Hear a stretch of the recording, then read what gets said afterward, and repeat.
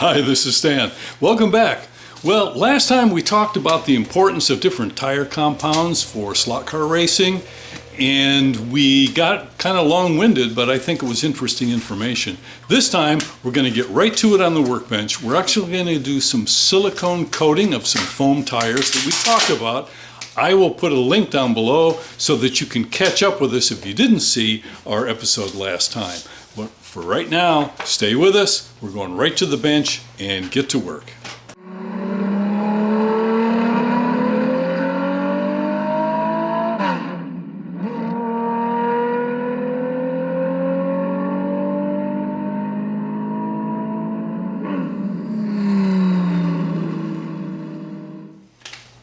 We're back over here at Dave Duval's place, the Vortex track, part of the Arizona Garage Racing Group, and we're going to jump over to the bench right now, and what we're doing is silicoating some foam tires. We're putting flowable silicone on foam tires for one of my slot cars that we're going to be racing in a couple of days. So let's get to it.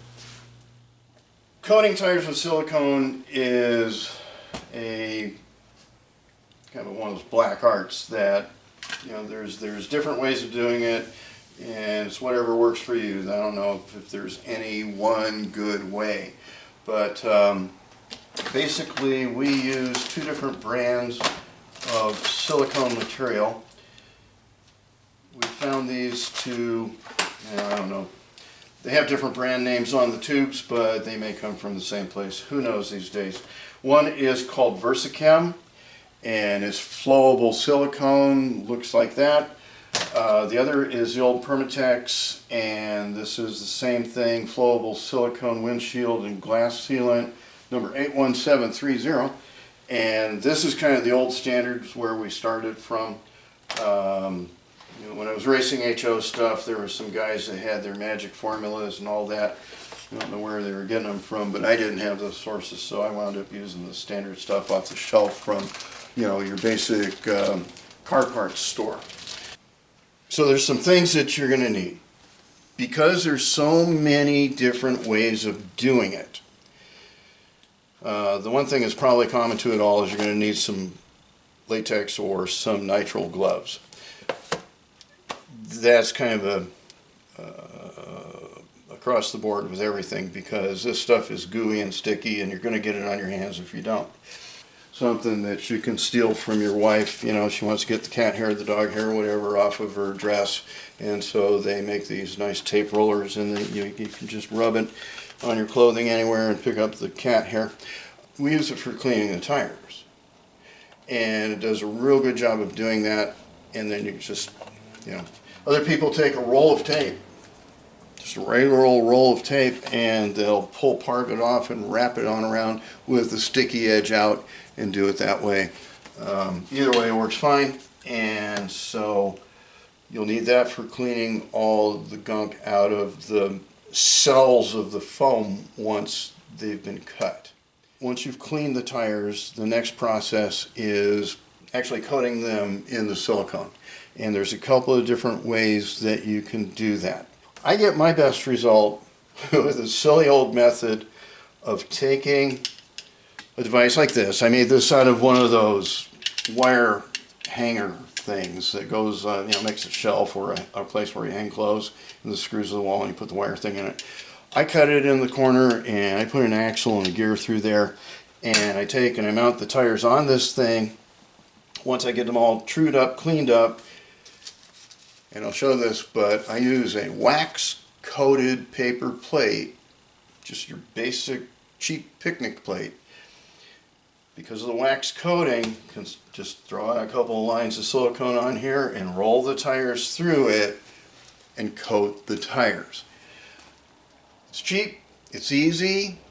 One disadvantage is that, you know, once you've pulled this thing away, you really need a few minutes with it. You need to hang around for about a half an hour and occasionally roll this thing around so that the silicone on the tire doesn't sag and give you an egg-shaped device instead of round.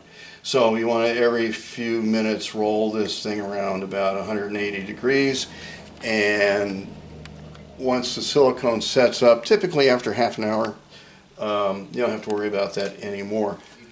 Today we're going to do the cheapest and easiest method possible with equipment that most people have in their house, or you can easily go to the store and get.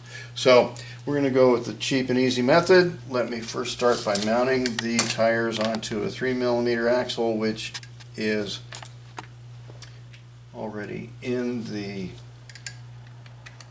device we're going to use. These are mounted by a set screw that's in the wheel hub, and it's a real easy method for taking them on. Okay, so these tires have been trued. They come from the factory in great condition. What I do before I put silicone on them, though, is I take them and clean them with a tape roller and make sure I get any little bit of rubber, dust, or particles that was left in the cells of the foam. It's an important part of doing this. And you avoid touching them without gloves on? No, I don't. I'm not worried about finger oil on the foam. That's not a big issue. What I am worried about is getting silicone all over my hands. It's going to happen a little bit, but we're going to start out by doing... Well, Dr. Dubel, let's go in. We're ready to start the process. The first thing, and actually what we found out the most important part of this is working a layer of silicone into the foam before actually starting to put it on with the, well, we'll show that later. Anyway, first coat is going to be massaged into the foam so that you get it down into those cells of the foam. And so you want to do the tread, obviously, but then also get it down around onto the sidewalls. And the reason that that's so important is if you just had it up there on the tread, you would have an edge that could catch on things and it would rip it off. So we don't want that. We want to get a nice coating all the way around and make sure that that you've really pressed this into the foam. Get some more of this worked into the tires.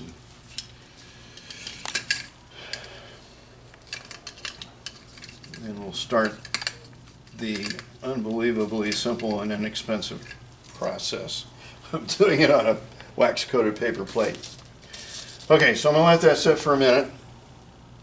Okay, so we've gone ahead and we've massaged a layer of silicone into the sidewalls and the tread, and now I'm going to take my tube of flowable silicone and I'm going to lay out a couple of daubs of the silicone on the wax coated paper plate. The wax coating is critical to this. You don't want just regular paper.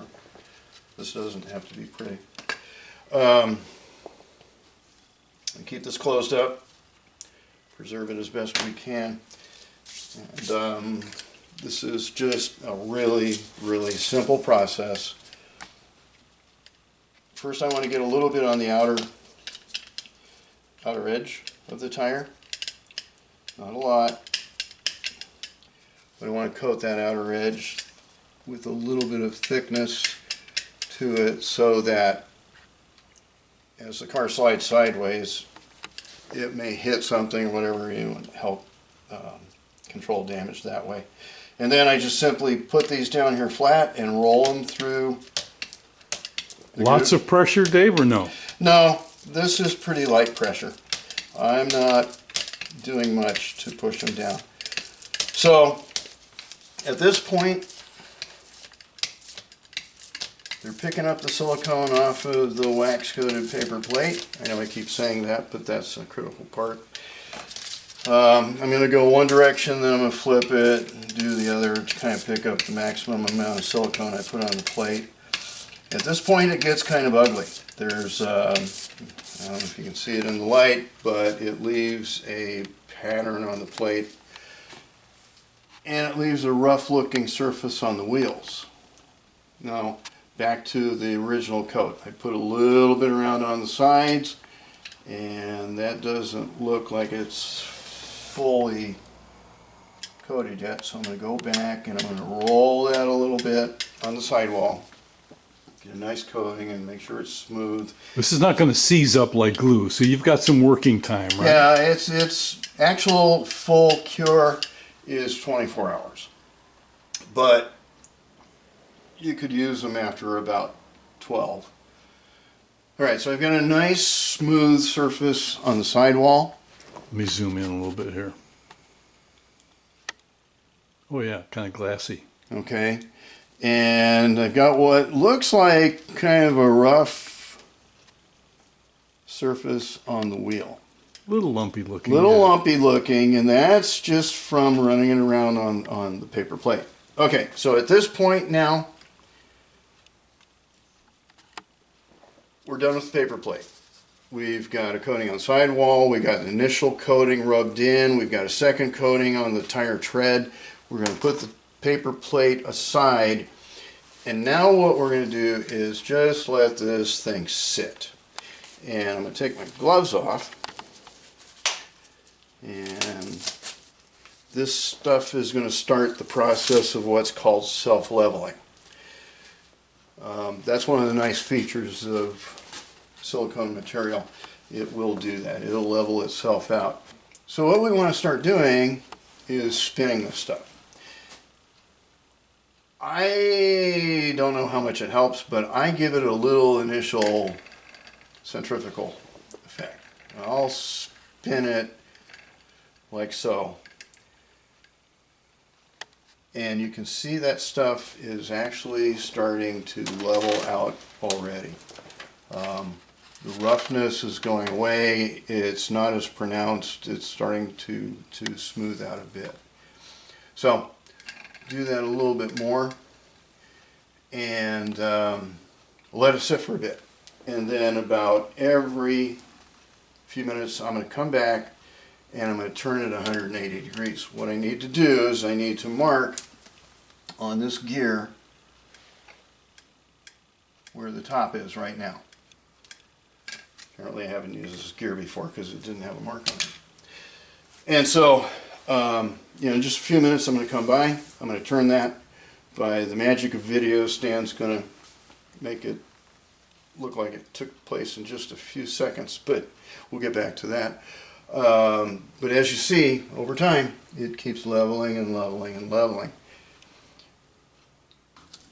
Okay, just a quick comment on how things turn out.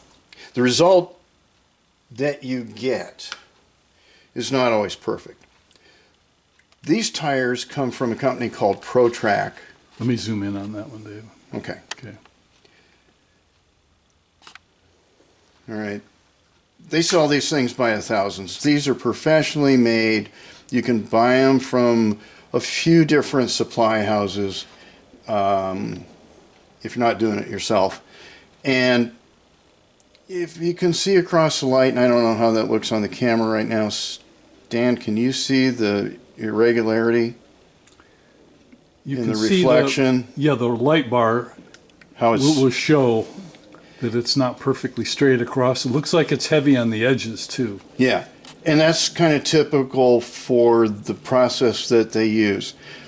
They have to wear in a little bit. Now, the results that I get doing this paper plate method are similar. It's not always perfect. If you look at the tires on this car, you can see that there's some shiny spots, there's some dull spots, and this has been recently done and doesn't have a lot of miles on it, it may not have been my best work. But after some time on the track, it'll start to smooth off. And then they'll start looking more like this. This tire's got a really nice finish to it. It's finally worn in. You can still see there's a little bit of dimple here and there somewhere, but it's getting worn down to the point where you want to recoat it. And something that is an indicator when it's time to recoat is what's happening here on the edge of this tire. Because the cars do slide around as they go through the corners a little bit, there's a lot of wear and tear on the edge. And so when you see the silicone starting to peel back a little bit, it's time to repeat the process. What I do is I typically trim off any sort of big stuff right there and smooth that out as best I can on a tire truer machine, or you can put an axle on a Dremel tool and spin it, or even a power drill, and try to sand some of that off before you recoat the tire. That keeps the lumps and bumps down to a minimum. So that's just sort of the process that we go through. It doesn't last forever, but it lasts a good long time. I probably have 20 or more races on this car. And here you can see the finished products about 24 hours later, and nice and shiny and smooth and ready to put on the car. Well, thanks Dave so much for doing that. For those of you watching, if you've got any experience putting silicone coating on foam tires, let us know in the comments what your experience has been. Or perhaps you've got another technique for treating those foam tires with something other than oil or glue, but a more permanent coating for tracks that allow that silicone traction. Anyway, it'd be great to hear from you. Stay tuned, don't go away, we'll be right here next time. Thanks so much for watching and joining us here at the Lakeside Raceway.